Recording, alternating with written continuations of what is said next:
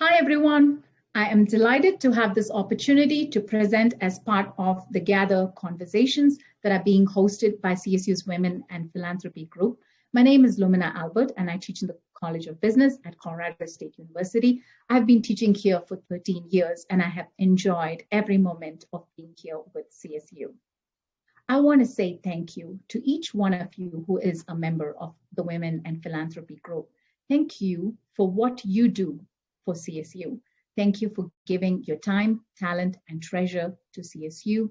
You are making a difference and you are transforming lives. I am now going to be sharing my screen with you so you can see my presentation.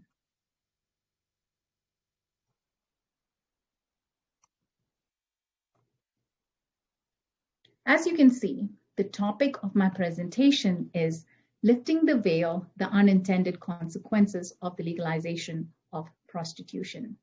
I want to also acknowledge the contributions and the support of Nancy Richardson. Thank you, Nancy, for your passion and leadership in fighting human trafficking. Thank you, Melissa and Caitlin, for helping to host this event and for also supporting me when I prepared this presentation. All right, now let's talk about the unintended consequences of the legalization of prostitution. The topic of prostitution has been a subject of tension for criminal law and human rights claims in international discourse. Since the 19th century, many countries have enacted laws that deem the selling of sex as illegal. However, more recently, criminal prostitution laws are being revarnished in several countries, and they now enact the criminalization of purchasers and traffickers while decriminalizing sex workers. This is in part due to the connection between trafficking and prostitution. However, yet some human rights advocates claim that it is important to enact the decriminalization of all aspects and all actors of consensual sex work.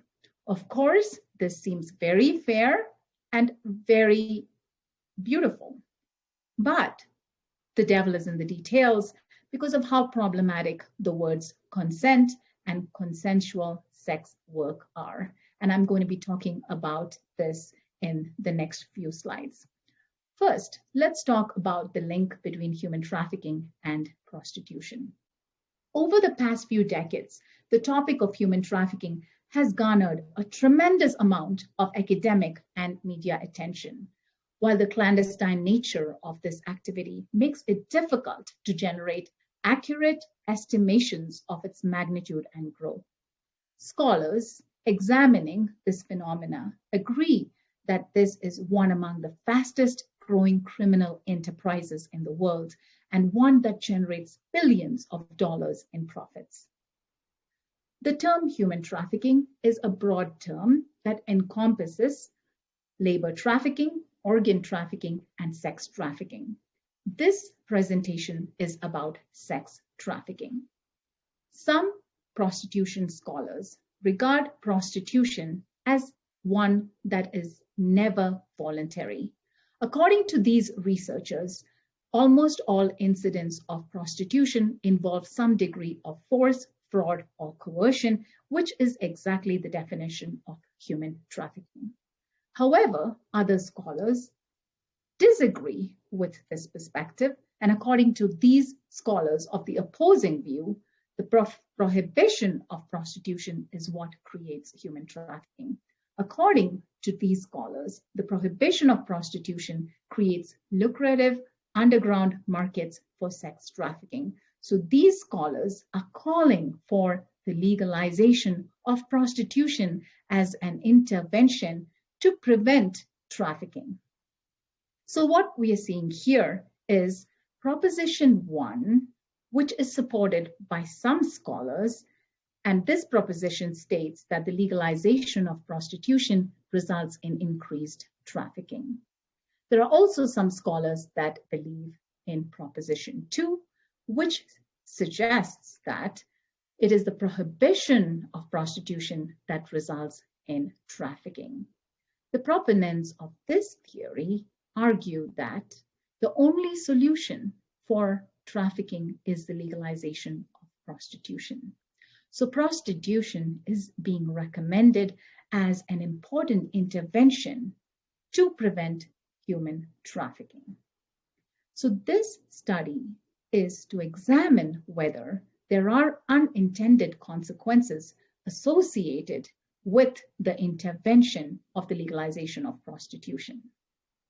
The term unintended consequences has been extensively studied in academic literature and is quickly becoming very popular. If you do a search of the term in academic databases, you're going to see over 2,000 articles that are focused on studying unintended consequences.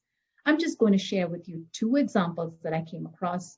One of them is a study that focused on the unintended consequences of minimum wage laws that were intended to increase employment, but which ended up reducing employment. Another study focused on stringent laws that regulated air pollution, which ended up aggravating pollution, although they were intended to reduce pollution. Personal stories also involve unintended consequences. I can share with you a personal story. There are times when I'm working so hard to meet a deadline and I want a quick bite. So I jump in my car, I drive all the way to Chick-fil-A, go through the drive-through lane, stand in that queue, get my sandwich and come back. And by the time I come back to my desk, I notice that I've actually lost an hour. That was not intended. The very reason why I went all the way there was to save time. But that's exactly what I didn't do, right? So that is an unintended consequence. I could have easily simply made a quick meal in my kitchen, and that would have saved time for me. Personal stories abound with unintended consequences. And this is something that is extensively studied also in the academic world.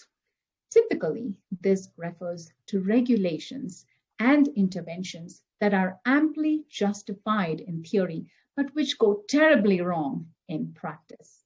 These unintended consequences make these measures self-defeating and futile, just as I experienced when I drove all the way to Chick-fil-A. Put differently, not only are these interventions less likely to bring about the desired consequence, they also make things worse from the viewpoint of their strongest advocates. The current study illustrates how this applies to the legalization of prostitution. If legalization of prostitution is being recommended as a strategic intervention to prevent human trafficking and as a strategy to protect sex workers, then it is important to examine the unintended consequences that may emerge from this intervention.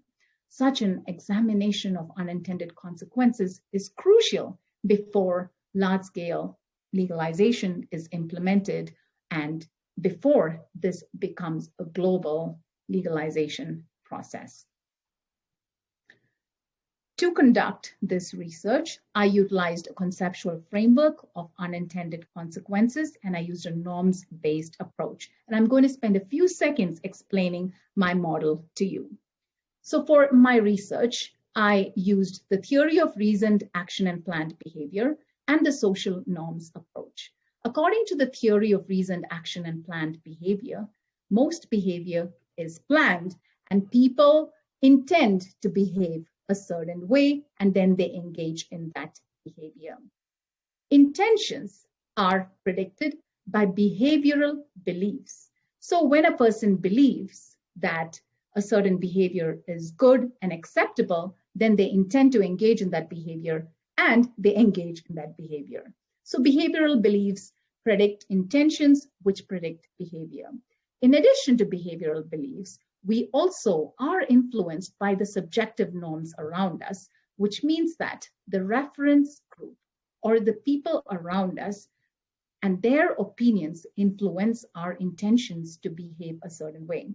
So if our reference groups approve of a certain action, we will then want to engage in that action, and we intend to engage in that action and we behave accordingly.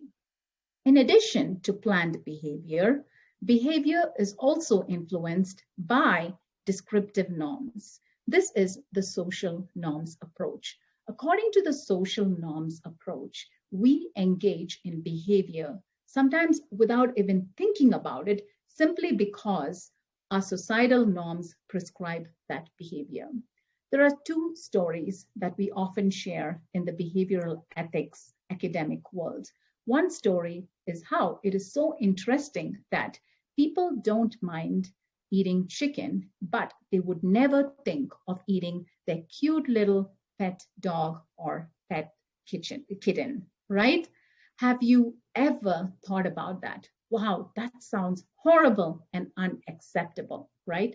Another story is how society has determined that a brother and a sister cannot marry each other, and that idea is completely unacceptable.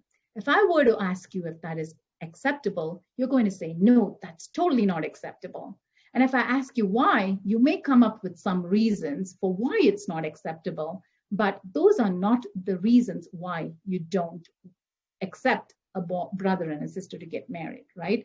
So there are certain norms that exist in society which determine what behaviors are acceptable and what behaviors are not acceptable, and automatically we are motivated to engage in that behavior. In sum, the legalization of prostitution can lead to certain social norms. They can lead to certain behavioral beliefs, certain subjective norms, and descriptive norms, which are unintended, which in turn lead to micro-level individual outcomes and behaviors which are also unintended.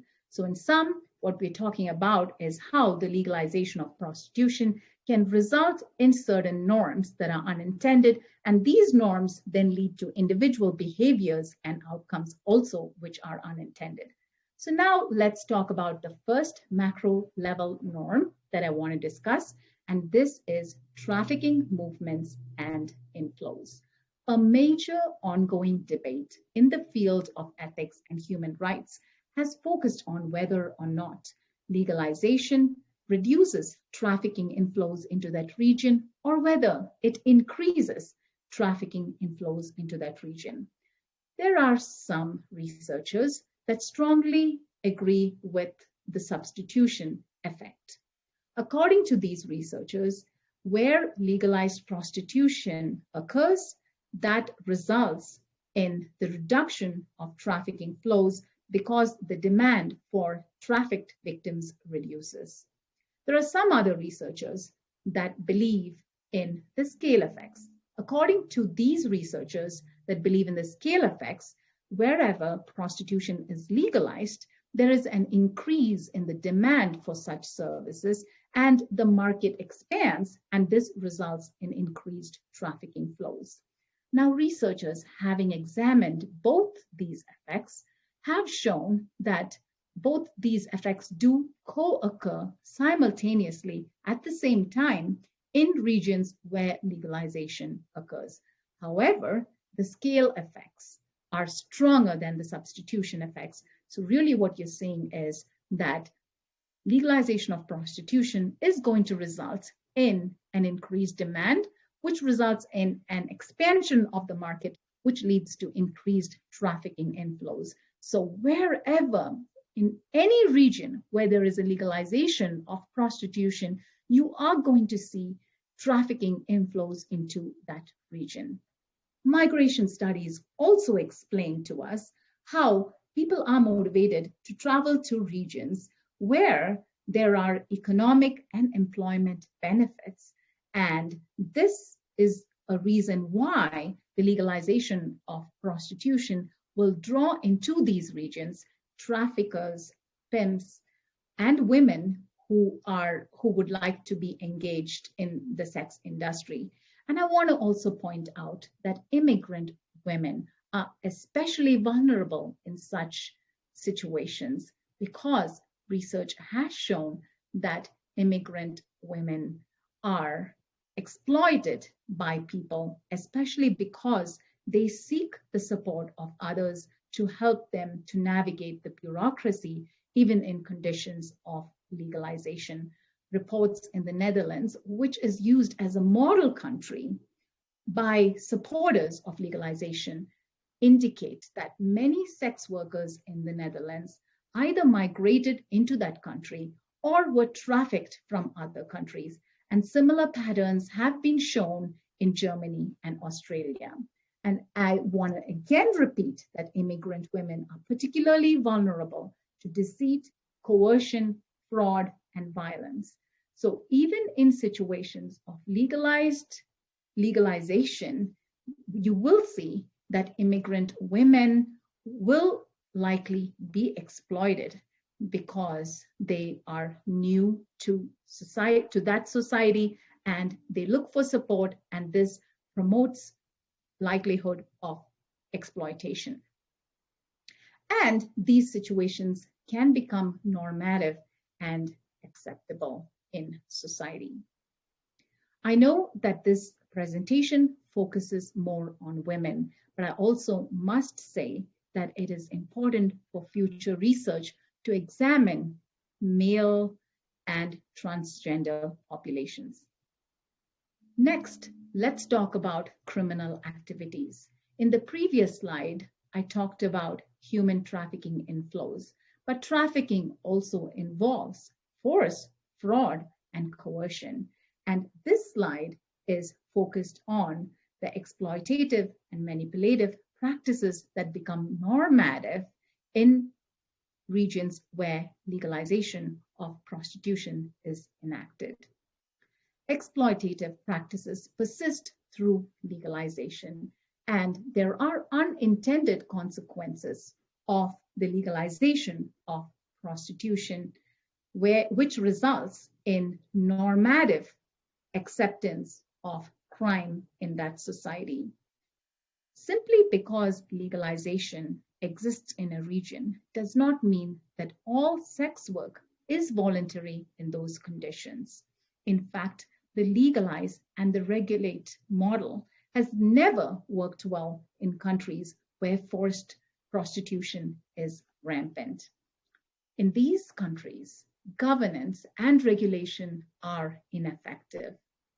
Corruption thrives.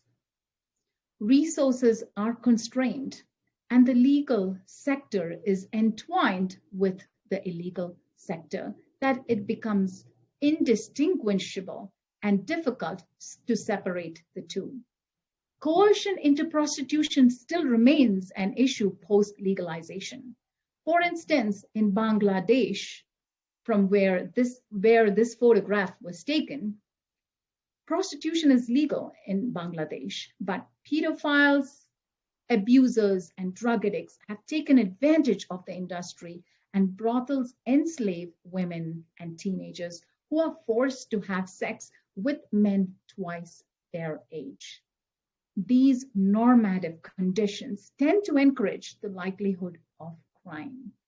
The effects of legalization are more disastrous in poorer and developing countries than they are in developed countries.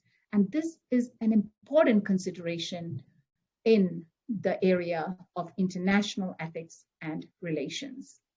With the legalization of prostitution, the prosecution of pimps and exploiters can occur only when there is proof provided that force, fraud, and coercion occurred, and the burden of proof falls on the victim, which makes it so hard.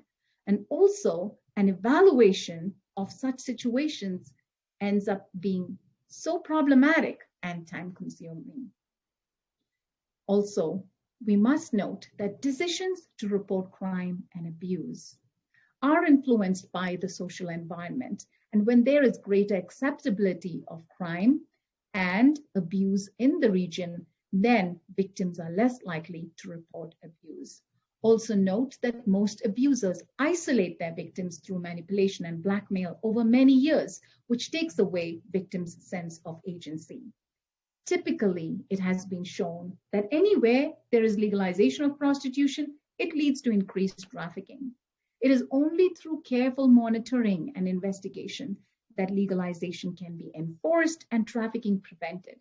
Yet amidst legalization, perhaps a huge amount of law enforcement efforts are invested in ensuring that brothels and other forms of legal prostitution in the regulated sector are complying with the requirements. And this can take away resources from investigations related to human trafficking, crime, and exploitation. Also, investigations in legalized markets have shown that legalization does not completely eliminate stigmatization, due to which sex workers continue to rely on anonymity, secrecy, and cash transfers, which heightens the likelihood of exploitation. And there has been shown that there is a thriving of romance pimps or Romeo pimps in situations or in regions where there is legalization of prostitution. And these pimps create romantic relationships with women, pretend to be in love with them, isolate them from their social circle of friends and family, and then persuade them and manipulate them to enter into the sex industry. Romeo pimps thrive in legalization scenarios, and there is a lot of domestic violence and abuse that goes on in these regions. And this does emerge as an unintended consequence of the legalization of prostitution. Next, I would like to talk about the pimp-prostitute relationship, which is a macro-level norm. And this is related to the individual outcome of learned helplessness in victims. The relationship between pimps and individuals selling sex are complicated, and they often comprise intimate personal relationships. So they often comprise intimate romantic relationships. Many of these relationships are romantic and intertwined with economic interdependence. So the nature of this relationship is indistinguishable and very similar to those in trafficking contexts.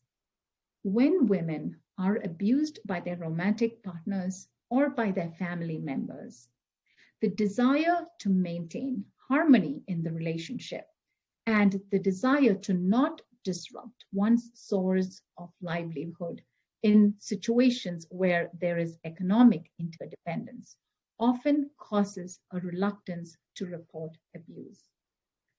Also, when harm and violence happens within intimate relationships, many women regard this as a personal matter that should be handled privately, and so they do not report. Exploitative pimps are also not reported by their victims for fear of reprisal.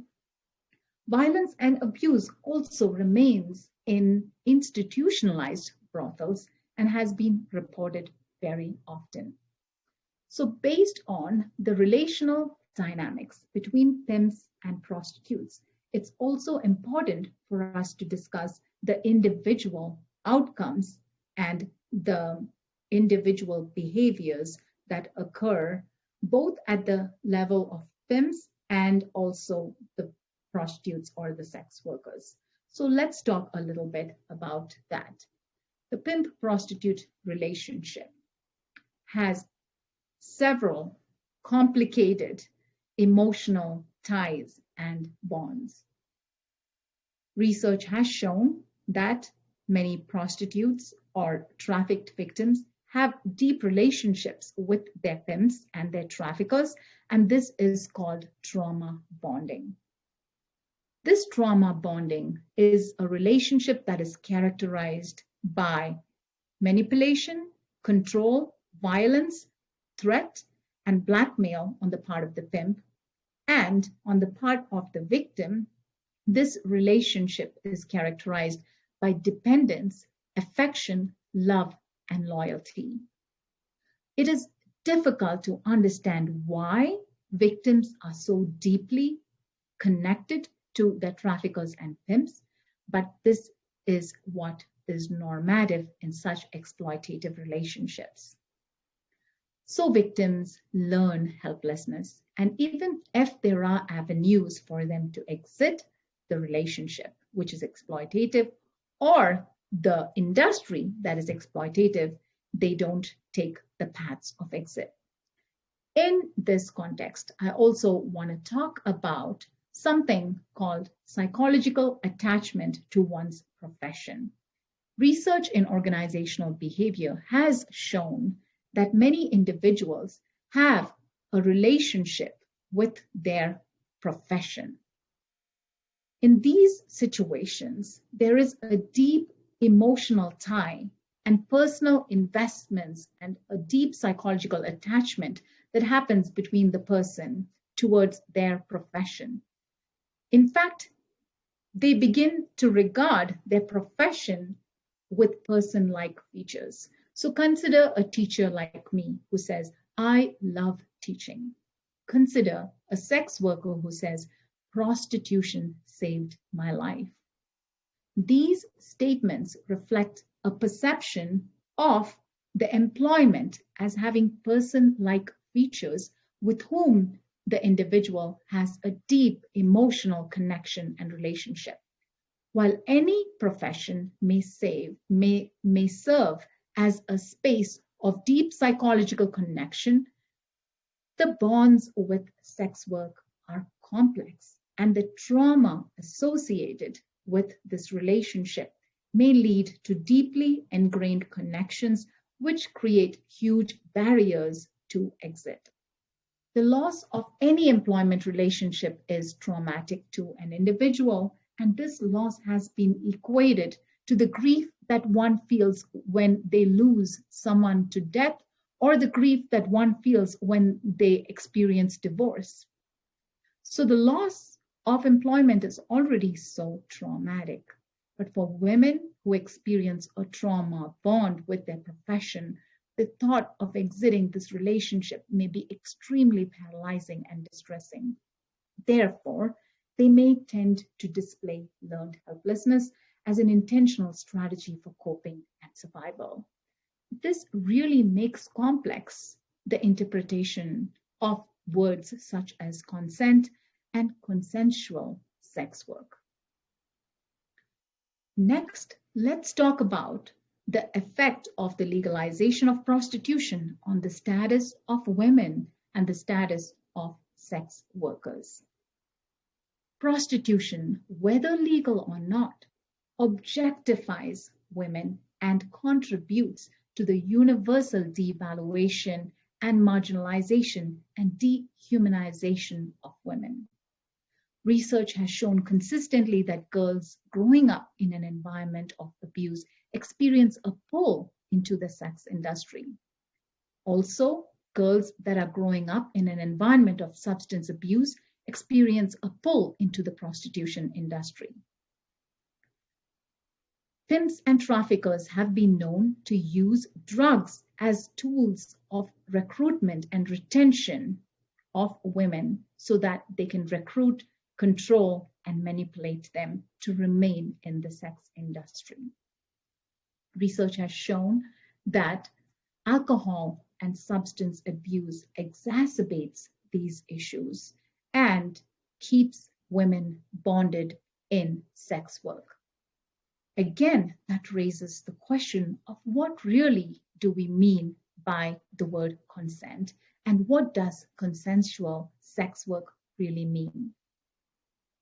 So, to summarize, legalization tends to exert a pull on marginalized and vulnerable populations.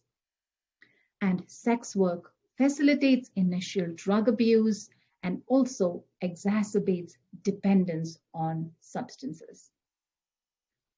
Women in legalized contexts are exposed to relational, physical, and sexual violence and crime. Even if women are not sex workers, even when women are not sex workers, women living in legalized contexts are exposed more to crime, violence, and objectification.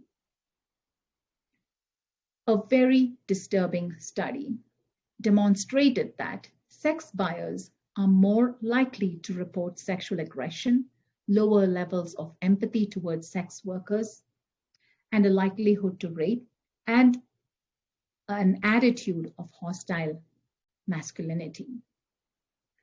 So when purchasers describe themselves and report that they have these characteristics, then it becomes really difficult for sex workers to interact with purchasers, regardless of whether there is legalization or not. Buying sex has been associated with rape across cultures. Although there have been suggestions that legalization would decrease the stigma around the sex work and liberate them, research indicates that stigma persists post-legalization, and stigma associated with sex work is tied to discrimination of sex workers. These stereotypes are also perpetuated through normative expectations. Research has shown that there is a staggering number of minority sex workers employed in the industry, and they are pulled into the industry due to societal and structural disadvantages. And this is an often overlooked issue. Many times, these women and girls are stereotyped as deliberately choosing the profession, even if force, fraud, or coercion were used to pull them into the industry. So it's important for us to pause and again ask the question about consent and consensual sex work. The effect of stigmatization often intersects with racialization and oppression of women, especially for women of color, obscuring free will, choice, and consent. Next, let's talk about sex tourism. Often, sex tourism is studied independently of prostitution and trafficking studies. So in this research, I sought to integrate these issues since they were so closely related. There are several countries and regions in the world that are designated as favorite sex tourism destinations. And one thing that is disturbing about these destinations is the huge number of child prostitutes in these regions. A variety of factors have caused the origination and growth of the sex industry in destination countries. For instance, modern prostitution in Asian countries, such as Thailand and the Philippines, began to flourish when US troops were housed in those regions during military installments. These countries remained destinations for sex tourism even after the wars ceased and after the military installments were removed. When Cambodia received peacekeeping forces in 1993, it caused the increase in the number of sex workers from 6,000 sex workers before the mission to over 25,000 sex workers after the initiation of the mission. And reports indicate that many of these peacekeepers were reported to be violent, exploitative, and abusive to the sex workers. Today, tourists flock to these countries, again, for those same reasons, for inexpensive sex. Many times, sex tourists travel from a country where purchasing of sex is either illegal or expensive, and they travel to a region where the purchasing of sex is legal or at least tolerated and where it is less expensive. Where there is inflow of currency, especially powerful currencies such as the dollar, again, the question of whether this is really consent can be raised. Where there is an inflow of such kinds of money and resources, there tends to be restraints that prevent exit from the sex industry. Many times, the individuals who travel abroad may be predators and child sex offenders that go to destination countries and use the dollar and use powerful currency to demand involuntary and forced prostitution services, unacceptable services, and also child prostitution, child trafficking. This tends to create a strong demand and pull in destination countries and causes a huge barrier of exit from prostitution in these regions. And many of these countries do not have resources to regulate prostitution. Here are a few pictures that illustrate what I've been talking about. Seen here in this picture is a young girl and her elderly child sex tourist client. Child sex tourism draws men from wealthy countries to less developed countries where they take advantage of economically vulnerable women and children and weak criminal justice systems. Seen here in this picture is Michael Ruffalo, a 61-year-old Australian who was arrested for child trafficking charges. Seen here in this picture is the arrest of a 51-year-old man from Colorado who was arrested in the Philippines, again for child trafficking. It is stories such as these that cause a huge burden for us and a responsibility, because these are people that are moving from our backyard to exploit women, teenagers, and children in poorer countries. Next, let me talk a little bit about purchaser characteristics and attitudes, and I'm sure you're going to find this very interesting. Studies investigating purchasers of sex indicate that purchasers, when compared to non-purchasers of sex, are likely to prefer and to have more numbers of sexual partners. They are more likely to report a preference for impersonal sex. They have less empathy to sex workers. They display attitudes of hostile masculinity, and they report a greater likelihood to rape. As prostitution becomes legalized, do we expect that there is going to be a transformation of purchaser characteristics and attitudes? It seems very unlikely that these purchasers who have these attitudes and display these characteristics would change their perceptions of women.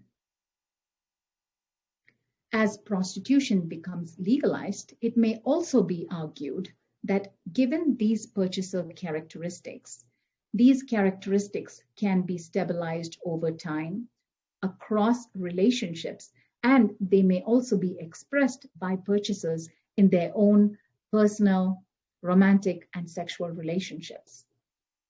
And also, I think an important question to ask here is this a correlation or a causation? Do these attitudes emerge through the buying of sex?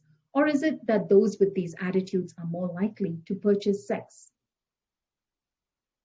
Regardless, these attitudes are expected to be stabilized among purchasers, and then these attitudes may also influence the larger social norms and attitudes towards all women, and it is also expected that these attitudes may affect the nature of romantic and sexual relationships overall. Relationships that are characterized by respect, commitment, trust, and affection can be replaced by relationships that are impersonal, contractual, and transactional exchanges. Buyers of sex also tend to be heavily influenced by inaccurate biases and stereotypes and display attitudes that dehumanize those who sell sex. These stereotypes have been seen to be particularly visible in their attitudes towards the victims of color, and especially children and women whom they exploit in other countries and belonging to other ethnicities. Sex tourists have been known to construct hierarchical and racialized stereotypes of people in destination countries. For instance, Asian women are often hypersexualized and have been described by European tourists as alluring, sweet, submissive, and exotic. And it's important to note that the legalization of prostitution results in norms that normalize sex tourism, and this then leads to individual characteristics and attitudes. Next, I want to emphasize a little more on the micro individual outcomes on sex workers, which include trauma, mental health, and well-being. I know we talked about this in the past slides. We talked about how the sex industry is exploitative. We talked about how when exploitation becomes normalized, then it becomes acceptable in society. I also want to mention that research has indicated that women living in legalized contexts and sex workers have been shown to have experienced post-traumatic stress disorder and have shown to be suffering from mental health issues, and they suffer in emotional well-being. They also have reported to experience more violence, rape, and assault. I also want to talk a little bit about histories of child abuse. Research that has examined childhood sex abuse has shown that sex abuse tends to distort individuals' self-concepts and emotional capacities and increase one's vulnerability to be involved in abusive and sexually exploitative relationships as adults. This again raises the question of the interpretation of consent and consensual sex work. To summarize, legalization leads to norms, which then lead to individual outcomes that include trauma, mental health issues, and reduced well-being for women and sex workers. So here is a summary of the norms-based conceptual model for the unintended consequences of legalization. As you can see, legalization has been shown to cause unintended consequences at the macro level. These include trafficking inflows, criminal activities, reduced and diminished status of women and sex workers, increased sex tourism, and the perpetuation of negative and harmful stereotypes. These norms then lead to micro, which is individual level outcomes and behaviors. These include purchaser characteristics, behaviors, and attitudes, attachment bonds and learned helplessness in victims of exploitative relationships, and trauma, mental health issues, and reduced emotional well-being among women and women sex workers. To conclude, this study comprises an extensive review of research, identifying a number of interconnected norms that strongly determine behaviors and individual outcomes. These outcomes have obvious ethical implications and are presented as unintended and unanticipated likely consequences and outcomes of the legalization of prostitution. The objective behind this review was to theoretically examine the feasibility of arguments that recommend legalization as an intervention to prevent trafficking and other problems.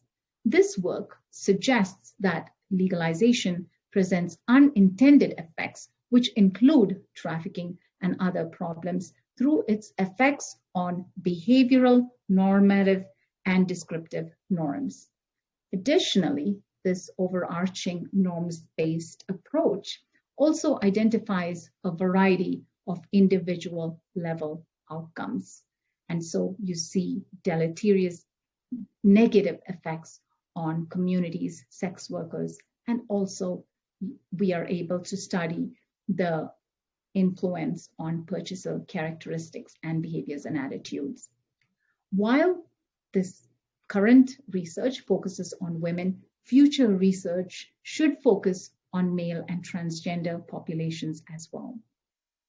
Research using the norms perspective is so useful because it helps us understand the effect of interventions. And this shows us that if you want to change the outcomes, the norms will have to be changed. And these models help us to understand how we can change the outcomes and what strategies may be used to change the outcomes. So future research should examine what strategies could be used to change the macro norms, which would then change the micro individual level outcomes. So from our analysis, it is evident that while outcomes may be changed by changing the norms, a careful study is required on what should be done.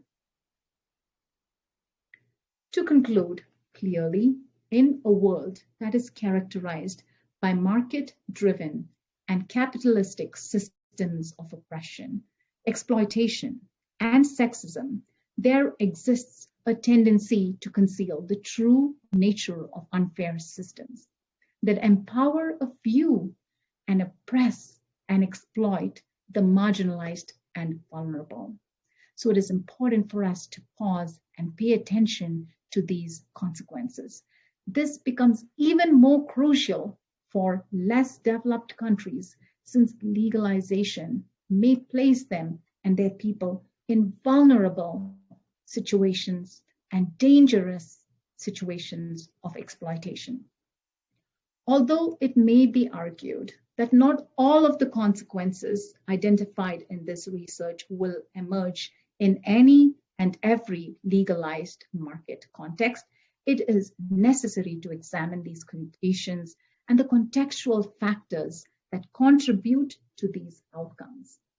The urgent question that will need to be examined are whether prostitution is always inherently oppressive and exploitative, or whether the threats that are posed in terms of violence, safety, health, and well-being issues might be changed and reversed, or whether they will persist regardless of interventions that are adopted to minimize and eliminate the risks and dangers.